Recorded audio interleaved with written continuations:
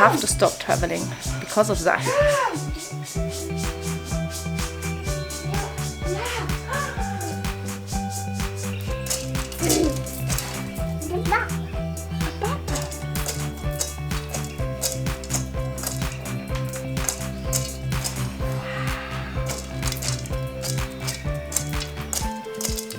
Guys, this is a life. Imagine you wake up and then an ostrich comes and you feed an ostrich.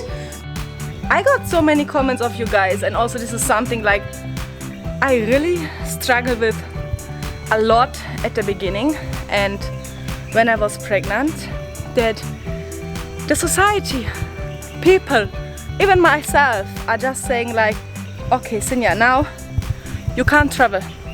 You have to stop traveling because you're having a baby. And how do you want to travel with a baby? And how do you want to afford this? And how do you want to manage this? And where's your baby going to school? And what is about his health? And like a million questions. Especially now, even my parents, they went back and I was like, okay Sinja, don't you think it's time now to move back to Germany?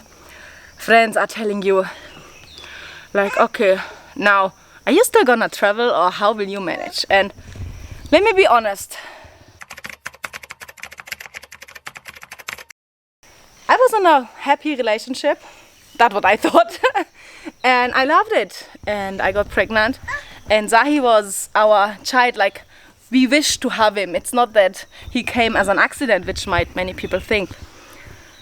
And when I got pregnant, in like month 7 or month 8 is when our relationship broke, which is fine. But that time I felt like, okay, my entire world is breaking and it's going down, and I had no clue what is next, what is coming. I mean, I had no income. I live here in Kenya and was never employed. I quit my job in Germany before I really entered. I'm a teacher by profession, but then I told myself, no, I don't want to be stuck in the system. I want to live my life, my dream life, the way I want. Like here, I'm in such a beautiful place. And this is what I call life. This is what I call living. Being flexible to go from A to B whenever I want. Being paid by hotels, by brands, by clients to travel. And I had no idea because I didn't do that before. I had zero money. I had no income. The only way how I survived was by doing some teaching jobs. I worked in the German school quickly and then I got some other jobs. I taught like private kids in Kenya. I taught them German. I'm a mathematics teacher, so I had no income, no clue how I will do it, how I will survive. And I don't know, you see me living this lifestyle, going from one lodge to the other, having on Instagram the best life. I just bought my dream car. And all that I had no clue, and I was about to give up that life. I was about to think like, okay, let me go back to Germany maybe, or let me get employed. I was looking for a job, but I didn't want to. I didn't want to let my dream stop only because I'm pregnant. I wanted to continue that lifestyle, or that time I didn't have even such a good lifestyle. I just felt like I can't stop. My purpose was or is to travel, to inspire others, to do what I love doing, and I cannot just let that go because of a baby. And now, since Zahi is with us, I mean, look at him here. He's just there playing in the dirt. And that is fine. Let a child be a child. And yes, and what I discovered also for him, it is so beautiful to see him smile, be happy, be excited, and being so smart about things. Like, he is learning so fast. And what can be better and easier for a child to learn, and having an environment like here where you are in the nature, where you can be you, a child can be a child, play around, do whatever like a child wants to do. And that's why I don't understand the society. Like, why do we have to stop giving up our dreams, our life, which is actually good for a child to grow up in the nature? Why do we have to give that up? Why don't we focus on how can we make the best life, not only for ourselves, also for our kids. I don't know. Still now, I don't know. I don't understand. And it was super scary to get that decision. And I was, as I said, broke. I had zero money. And I needed help because I needed to work. And I believed so much in myself and my dreams that I thought, okay, I need money to raise my baby, to finance myself and my travel. Traveling here in Kenya is not cheap at all. And also I employed a full-time nanny. Because if you work and you have a baby and you're alone, you can't do it all. You cannot. No one can. That's what I did. And I'm telling you, it's not easy. You always have this feeling of guilt. If I work, then I'm like, okay, but I should be with my baby right now. I should do other things right now. And it's tough as a single mom. But if you want, it's possible. And now he is 1 year, 3 months.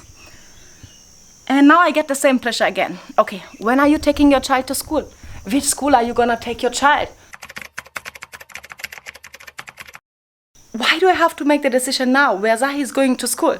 Right now he's too young. Like, what do I know what happens in 4 years? What do I know where I will be? Will I even be in Kenya? I might live in Bali because I have plans going there. I might go back to Germany, or I might go completely somewhere else. But why does our life works like that we have to plan every single step and plan our future? Because what I learned is that even if I plan my future, it's not gonna work out that way. Like, I planned being in a relationship, raising my child with the father I love, and obviously it didn't work out, and that is fine.